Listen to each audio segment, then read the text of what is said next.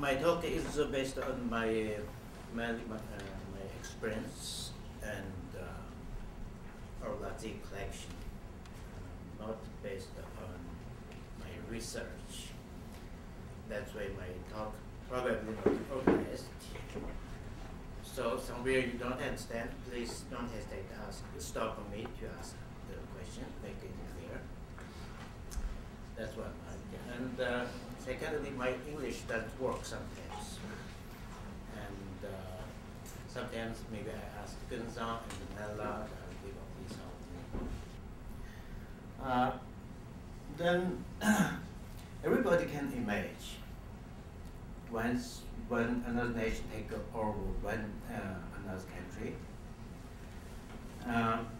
then militarily already take over. The second work is establish the administration system.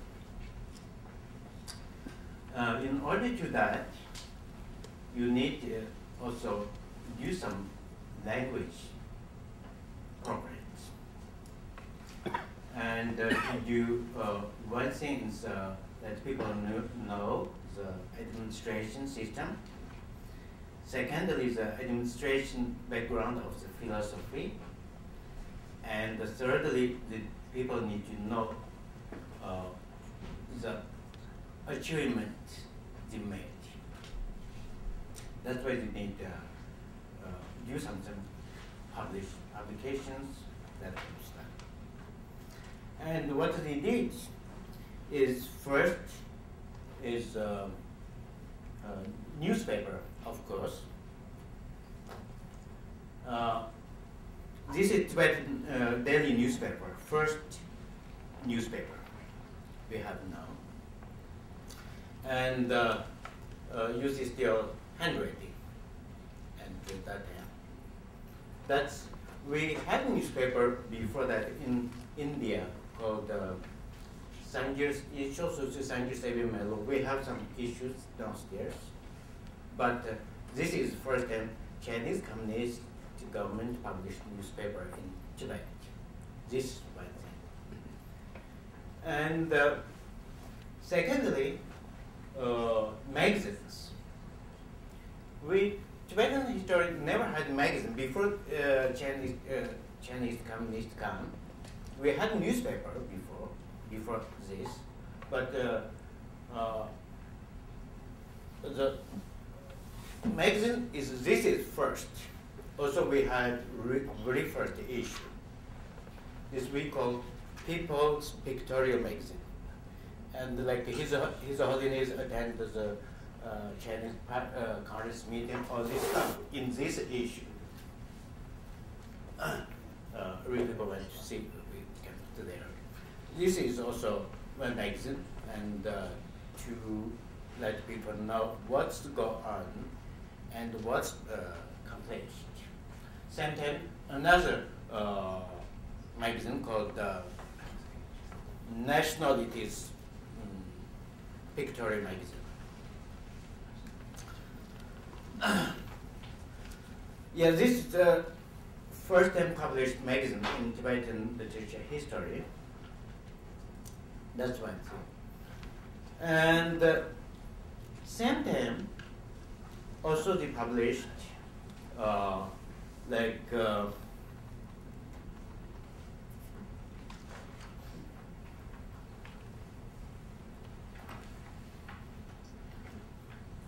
yeah, everybody the system shift. Everybody knows it. Tibetan 17th agreement point. This is first issue before this is the copy of permit publication. That's like a system. And another one is like Chinese the system's background of the philosophy, like Marxism. Modernist work and Marxist work, Lenin's work, that kind of stuff. And in our library, we have the early publications in 50s, 60s, 70s, we have around 600 titles. And among them, 90% of the publications are the philosophy, China's communist philosophy and administration publications. Only few publications on Tibetan culture is like everybody knows Sajia Laoshe. This is 1954, and some publication classical literature. Only I think this number is not accurate, but I believe about 5 to 10%. That's in 50s. And second, all these administration system publications and this Marxism stuff, all this from Chinese. Then second issue, we need terminology, new vocabulary. And this is first book of terminology, published 1954. And this has 4 volumes, worked till 57. And total first year published this only have the number of vocabulary about 2,000. And after this put together and put more vocabulary together, this 64, and increased 13,000. That means every year 2,000 vocabulary. And after this, this is third generation after Cultural Revolution, include Cultural Revolution, vocabularies have come from. In this book, we have 46,000. And this is the final generation, is 91. Now we have 80,000. And in 40 years, and 80,000 vocabulary, that means every year increased by 2,000 vocabularies every year from Chinese language. Okay,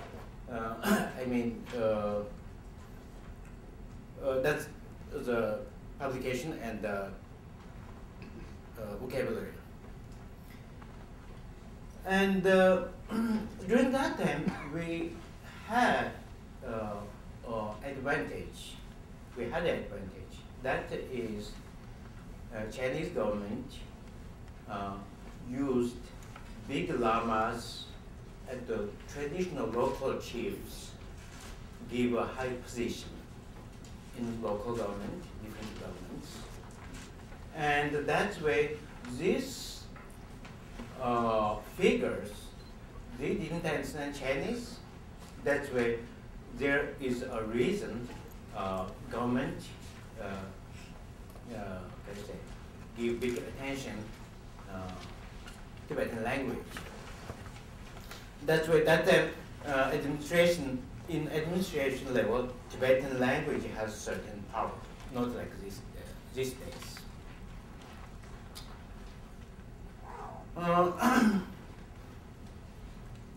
Also, not only Tibetan officials, also Chinese cadres also started learn Tibetans. Like in Lhasa, there's it's mainly teach Chinese to learn Tibetan. When I go to school, the school mathematics and the geography, all subjects, teachers are Chinese, but all of them they speak Tibetan. We learned all these subjects from Chinese, but with Tibetan language. Like Genzangja is one of my classmates in college. We went to the school college. The Tibetan study, most teachers are Chinese. That means that time, 50s, not only Tibetan encouraged to Tibetan learn Tibetans, also Chinese also learn the Tibetan language. And the same time, that time also they start to build schools. In 50s, some schools, also in 60s, then spread schools all over Tibet. Like me, myself, is, I think before me, like my brother in 60s, he went to school for 2 or 3 years, most often like that. Then me, on my generation, then at least they have primary school system. I think we are first generation. Yeah, that's before the Cultural Revolution, a little bit overview of Tibetan language.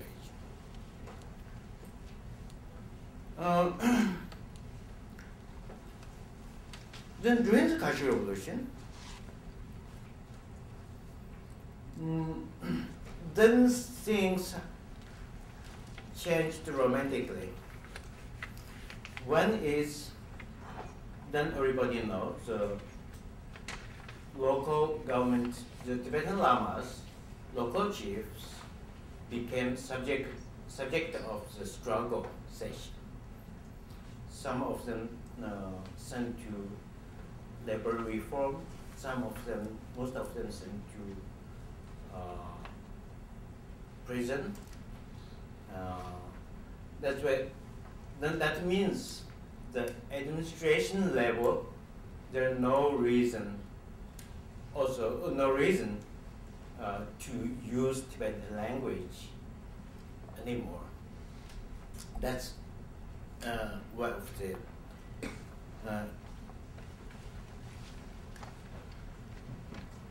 then during that time, the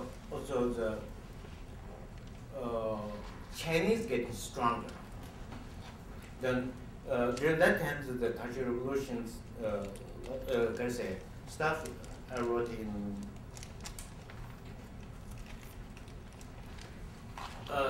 this book. How during that time, how we learned Tibetan language in school and in society, and that time basically it's really bad. But there's something, bad things turned in good things. Like first, that time all books bad. Doesn't matter Tibetan traditional or whatever.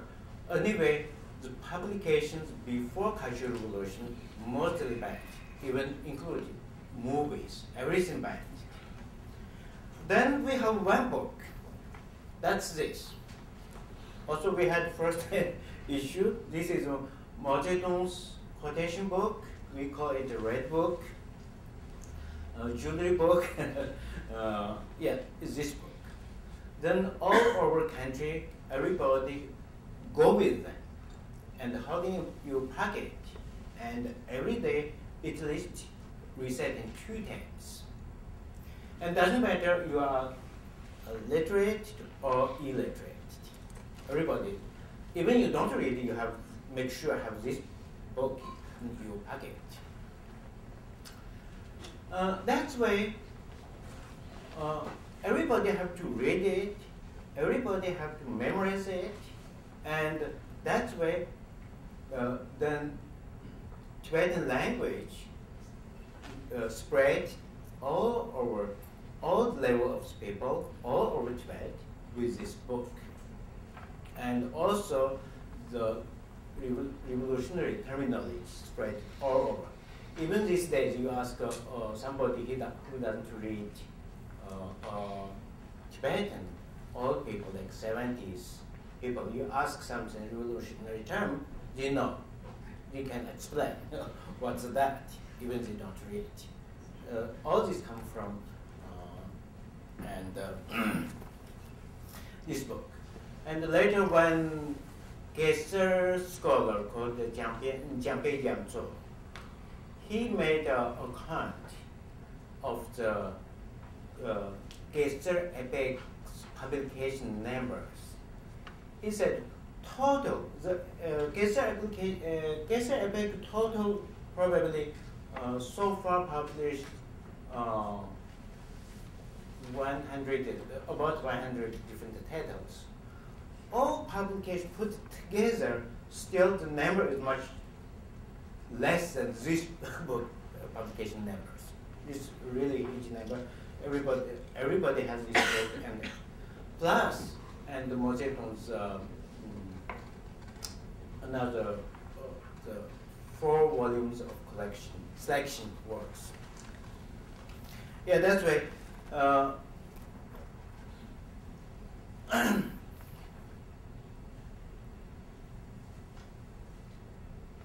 Also, that time, during the Cultural Revolution, the whole things changed. Like we mentioned, this all magazines stopped publish, and only one magazine exists. This is this magazine called the Chinese called Hongqi, and Tibetan called Dharma. This is only publication, magazine publication in Tibet. All of them translate from Chinese. And during the Cultural Revolution, also really big things happened to Tibetan language called Tibetan language reform. That means grammar did some change, and you can see here. Also, you can see here like this, and the punctuations totally Chinese. And they said the Tibetan language is too old and hard to learn, and there's a lot of things. They have some religion test. That's why we have to reform. And this is one example. Practice this reform language. Right. You see here, most of people know we have this. We start a sentence or subject, we use this, but here anymore, not anymore. Then during the Cultural Revolution, and this Tibetan language totally reformed, and this the mainly vocabulary, the verb tense is followed Lhasa colloquial language. I used to say that Lhasa colloquial language, which is killer of Tibetan grammar. And I used to complain because there's no verb tense so clearly, and all depend on the helping verb. And this reform just followed this colloquial language. And that's why so simplified. And this is they call revolutionary language, Tibetan language. That's during the Cultural Revolution, one thing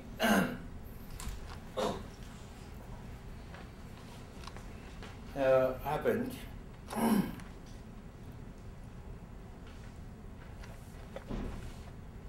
And also from that time, then a lot of school, the Tibetan class is banned.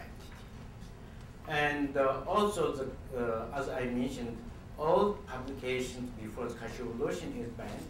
In school, there's few schools left to teach Tibetan. One's from my hometown, one's from the Chacha, and other few places. The textbooks, only textbooks, again, Mozeto's quotation book, this is every day, and then from this magazine. That's what that even learn some Tibetan.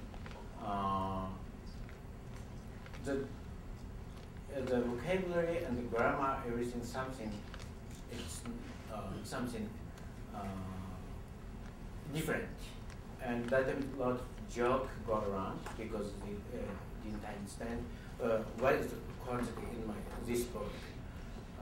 One example, they said that during the Cultural Revolution, Mozeto's vice chairman Lim Gyo, and Lim Gyo finally he escaped to Russia, and his airplane fell down in Mongolia, and the Chinese criticized them. And then on the meeting, the people criticized Limpio. And Limpio called it 예신자 이무자. That means 예신자 이무자 그런 소리인데.